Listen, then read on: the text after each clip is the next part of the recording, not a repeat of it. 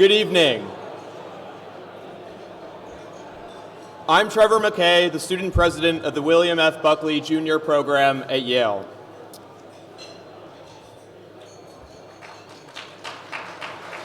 Thank you. I'm going to start my remarks by saying something that, especially for this crowd, that I've observed that I think you're all going to find pretty shocking. And that is that Yale has a liberal bias. All right? Shocking, I know. The Buckley Institute's data shows that Democrat faculty members outnumber Republicans 28-1 overall. And in the humanities and the social sciences, which is where I am, it's 78-1. 78 Democrats to 1 Republican. I don't know who that 1 Republican is, but I don't envy them. And the Yale Daily News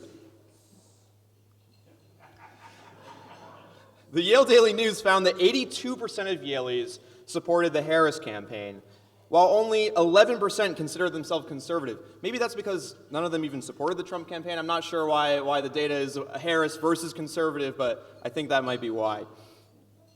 And the reality is that with a campus situation like this, you can deal with it in a couple of different ways. For me, I resolved from the beginning of my time at Yale to say what I believed, and if people didn't want to be my friends because of how I saw the world, then I thought that was their loss. But another option, which many might consider the more sane approach, the more normal approach, the typical approach, is to just put your head down, to bite your tongue, and to wait 4 years to graduate and you have a well-paying consulting job, and then you can say what you want. This, I'm afraid, is the more common approach for people that do not toe the party line at this university. For students who are unwilling to engage in political fights with classmates that can result in social consequences or ruined friends, the Buckley Institute is a critical space through which they can engage in a wide range of political beliefs, philosophy, and foreign policy.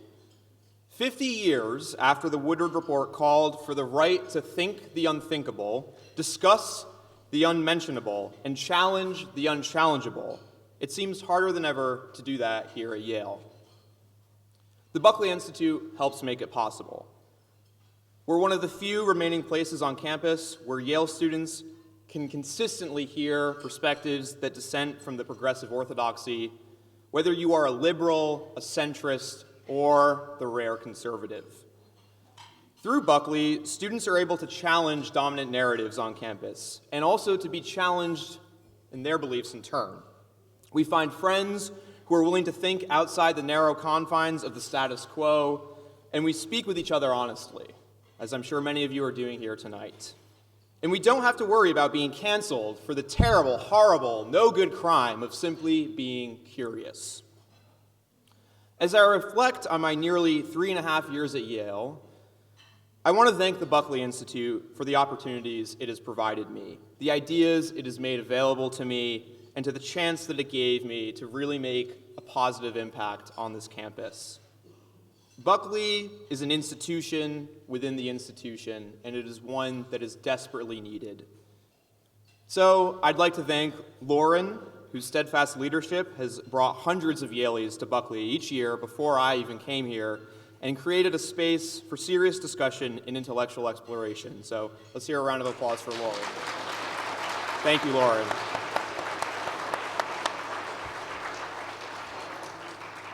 And lastly, I'd like to thank all of Buckley's supporters who have helped create a community of students willing to learn from rather than shut down the ideas that challenge them. Thank you to our supporters.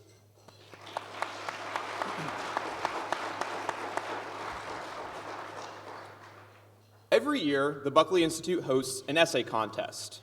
In past years, we've had 2 separate contests, one for Yale undergraduates and one for high school students around the country. This year, we were happy to add an additional track, undergraduates at any American college or university. And we received around 100 submissions for this year's competitions from students around the country, private and public high schools, and Ivy League universities and state schools. Third place winners for our contest received $250, second place winners receive $500, and first place winners receive $1,000. So thank you to everyone who submitted an essay. It was a great joy to read all of them and to parse through for the winners. So I'd like to get to our winners, and when I say your name, please come up to the stage to receive your award on this side, so I can shake your hand, we can get a nice photo. In third place for our undergraduate essay contest, we have Jason Garcia, a junior at Eastern Kentucky University.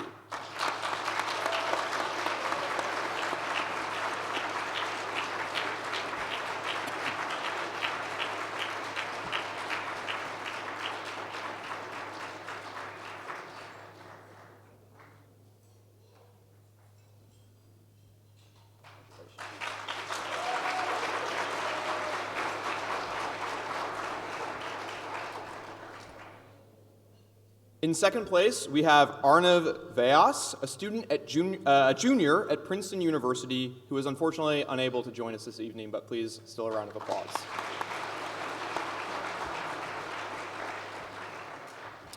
And in first place, Anish Swaminathan, a sophomore at Johns Hopkins University.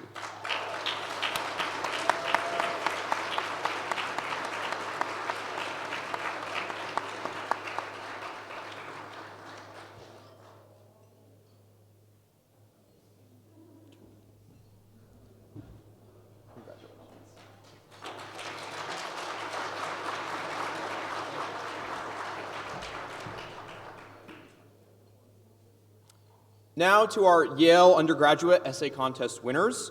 In third place, a senior, Justin Crosby, a second-time essay contest winner who unfortunately couldn't join us tonight, but please still a round of applause.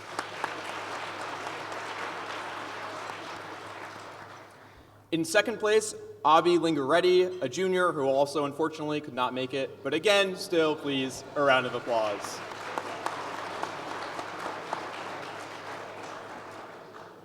And in first place, Mahesh Argawal, a senior here at Yale who was able to make it. So please, a big round of applause.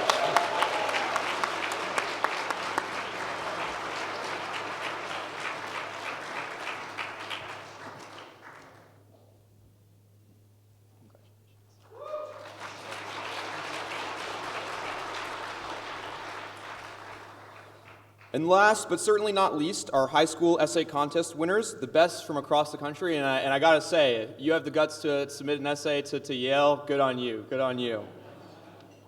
In third place, Ramon Zakim from Rockville, Maryland, a freshman at Melvin J. Berman Hebrew Academy, who unfortunately couldn't join us tonight, but please, a round of applause.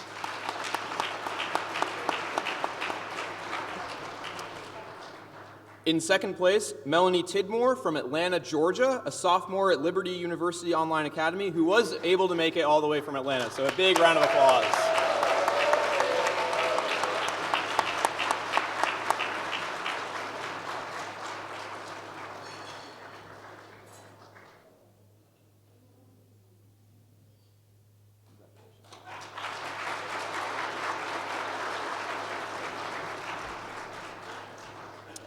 And in first place, all the way from the far location of Princeton, New Jersey, a junior at Princeton High School, Katie Chin. Please, a big round of applause.